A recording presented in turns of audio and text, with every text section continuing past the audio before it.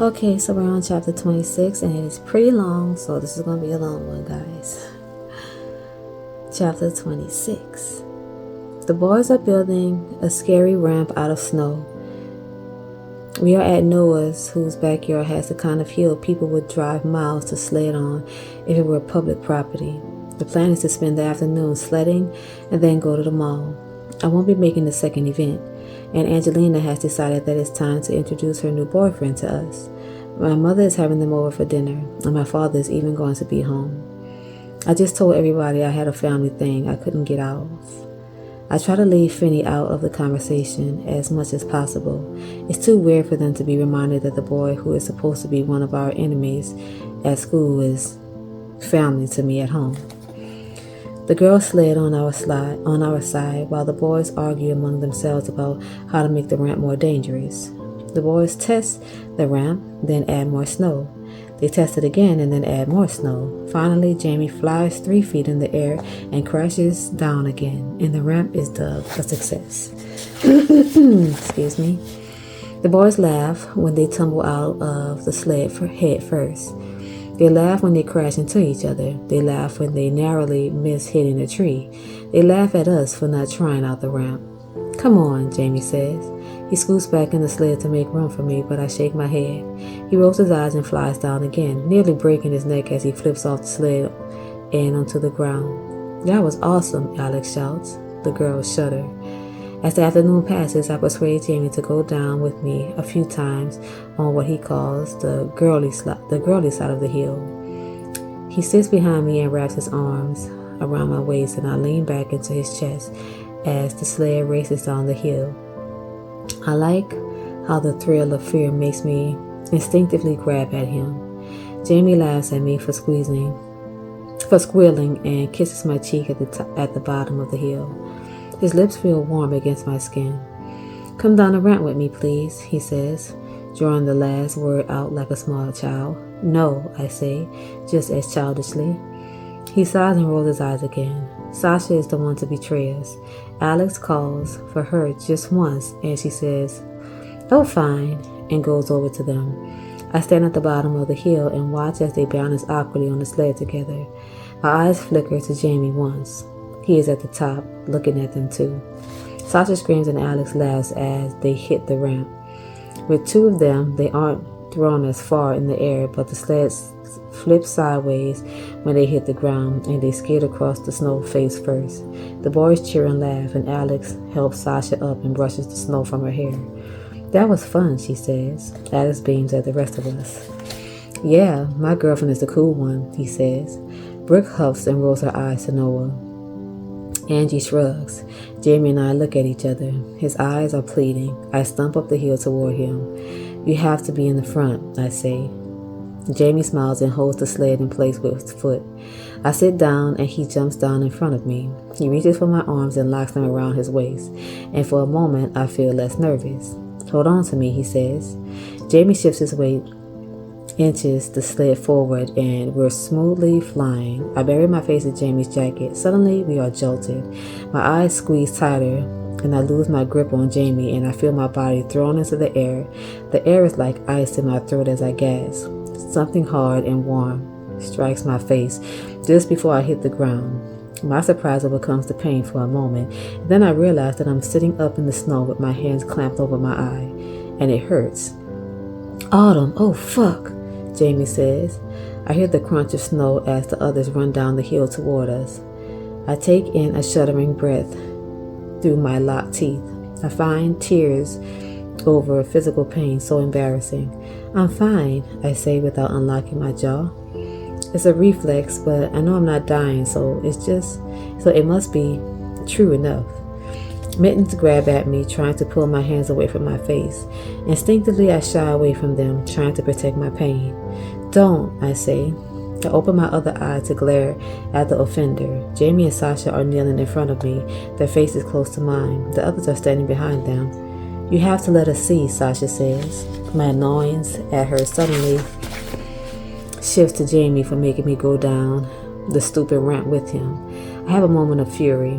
I hate it when he convinces me to do things I don't want to, and then I remember that I'll be embarrassed later if I behave emotionally. I slowly move my hand from my face. It's an effort to fight the instincts to hide my injury. Everyone takes in a sharp breath and stares at me. It's not that bad, I say. No one answers me. Jamie says. Sasha packs a fistful of snow together and tries to press it into my eye. I flinch away again. Oh man, Autumn, Alex says. You're going to have a black eye from Jamie's head. We have ice inside, Noah says as I try to struggle away from Sasha's ministrations. Stop trying to smash snow into her face. We have got to put something on it, Jamie says. It already looks awful. I'm fine, I say. I stand up and they grab my arms on either side. I let Jamie and Sasha lead me up the hill, our friends trailing behind us like a parade, and inside, where they sit me at the kitchen table. Brooke seems to consider Noah's kitchen her territory. She sends him to get a washcloth while she fills a plastic bag with ice. The cloth is wrapped around the bag, and I'm allowed to hide the hurt from them again as I press it on my face. Jamie makes me get up so that he can sit in a chair and pull me into his lap. I'm fine, I say again. Okay, we believe you, he says, and I'm relieved. He kisses me and cuddles me, and I enjoy that. It's starting to get dark out the window. The other boys go to bring the sleds inside, and we talk about how horrible my bruise will be tomorrow, how long it will last, if it's worth trying to cover it up with makeup. I'm able to joke now and then lighten up, and they lighten up. By the time Jamie and I leave to drop me off at home before everyone goes to the mall, the black guy has become a humorous story instead of cause for concern. Jamie wants me to tell everyone at school that he gave it to me to see their reactions. He thinks it would be funny. But you did give it to me, I say. He pulls into the gravel driveway outside my house. I know, that's the best part, he says and grins. I scowl and start to roll my eyes, but the movement makes me wince. I remove my ice pack to lean over and kiss him goodbye. He kisses me gently, just as he did in the kitchen in front of the others. Sorry I hurt you, pretty girl, Jamie says. He tweaks my nose. I smile and climb out of the car. I wave as he drives off. It's dark now, and I can only see his headlights by the time he reaches the road. The house glows warmly as I trudge across the snow toward the back door. There are voices inside, and I'm glad to have the visible bruises to explain my tardiness. I take the ice pack from my face as I open the door. Oh, there's she. My mother's voice cries, and then I'm again surrounded by faces, just as I had been in the other kitchen. Aunt Angelina, Finny, and my mother are the closest. Their father and a stranger are behind them, looking over their shoulders. Mom takes my chin in her hand and tilts it upward. Autumn, her voice trills. What happened? We were sledding. Jamie hit me. I say, what? Finny says. He doesn't shout it. He doesn't need to. His narrowed eyes are enough to make me stumble over my words. With his head when he hit a bump and fell out. Are you okay? Mom says. I'm fine, I say. But how do you know for sure? She says. Finny suddenly pushes his way closer to me. Are you dizzy? He asks. Blurred vision, seeing spots. I shake my head to all. Can you follow my finger? He drags his index finger back and forth in front of my face. I tear my eyes from his to obey his request. He nods. Okay, he says. And you're not confused. You know who everybody is. Yeah, I say. Well, except for him. I motion to the stranger over his shoulder, and Angelina laughs. This is Kevin, my boyfriend, she says. Kevin, this is my apparently injured goddaughter. Hi, I say. Nice to meet you. Now, seriously, can you guys stop freaking out? It happened over an hour ago. I'm clearly not going to die of a concussion or something. Finny turns on his heel and marches out of the room. I wonder if I've offended him. Let's get you an ice pack, my father says. I hold up my plastic bag for him to see. Got one, I say. See? Everything is fine. I'm fine. After another few minutes of questions and speculations, the crowd backs off and moves back to the casual position assumed they had been in before. My mother examines my eyes, sighs, and then orders me to sit down and have some guacamole with everyone while she finishes dinner. The grown-ups begin their conversations again. My mouth is full when Finney walks back into the room, so at first I cannot say anything when I see what he's carrying. He opens the freezer door. I swallow. Finney, is that my sock? It's yellow with dancing monkeys on it. It couldn't be anyone else's, but I still have to ask. Yeah, he says. His face is hidden from me behind the freezer door. I hear the sound of ice cubes rattling against each other as he scoops them out. I already have ice, I say. I know, Finney says. I saw. I'm making you a better one. So, Finney, Kevin says before I can protest. He's leaning against the counter across the room looking at him. How do you know all the questions you asked Autumn? I'm guessing that he is glad to have something to talk to Finney about. He sounds pleased with himself. Soccer, he says. He closes the freezer door and crosses the room to open the drawer next to Kevin. Whenever a guy hits his head, Coach has to check for signs of a concussion. Oh, Kevin says. I never knew soccer was a violent sport. I was a football man myself. Soccer looks tame to me. I know that he's hit on a sore spot for Finney, but it does not show on his face. He lets the faux pas pass and stretches my sock over the ice pack. It's why I learned this too, he says. He leans across the table and hands me the cold bundle. That should be more comfortable, he says to me. I gingerly hold it up to my face. He's right. The rounded tip is far more ergonomic and holds the cold only against the places I need it. The soft socks is nice too. Thanks, I say. You only want to leave that on for 20 minutes at a time, he says. Then give your skin a break for a half an hour. You don't want to damage the tissue. And Angelina laughs. You sound like a doctor, Finn, she says. Maybe you have found your calling. I'm surprised when Finney shrugs. The last time Finney and I talked about careers, we were 12 and he wanted to be a professional soccer player. He's good, but I suppose he must be considering something else by now. I'm still holding on the back of the black turtleneck and coffee shop vision from 4th grade. Of course, Jamie doesn't want to move to New York and he wants me to figure out a day job besides writing. Next scene. Dinner goes well enough. I don't like Kevin as much as Craig, me and Finney's favorite boyfriend from childhood, but he doesn't give me a particular reason to dislike him either. I wonder what Finney thinks, but it's impossible to tell. He's always polite. For the most part, the 4 adults talk and Finney and I listen. Kevin has messed up our normal seating arrangement, so Finney and I are sitting side by side. It's been so long since we have eaten next to each other that we have forgotten I have to sit on his left. I'm left-handed and our elbows constantly knock into each other. It's embarrassing and I try to ignore it, but I like feeling him so close. After dinner, my father brings out the port, and Finney and I are excused to go watch TV.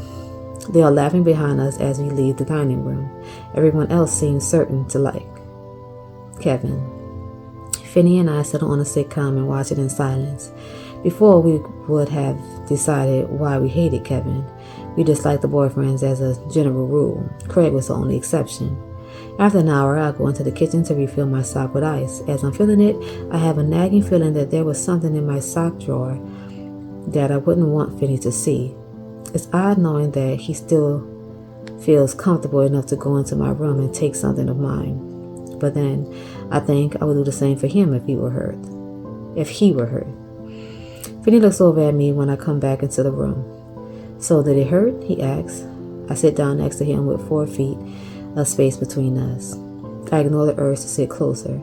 This is how Finney and I always sit now. Yeah, I say, a lot.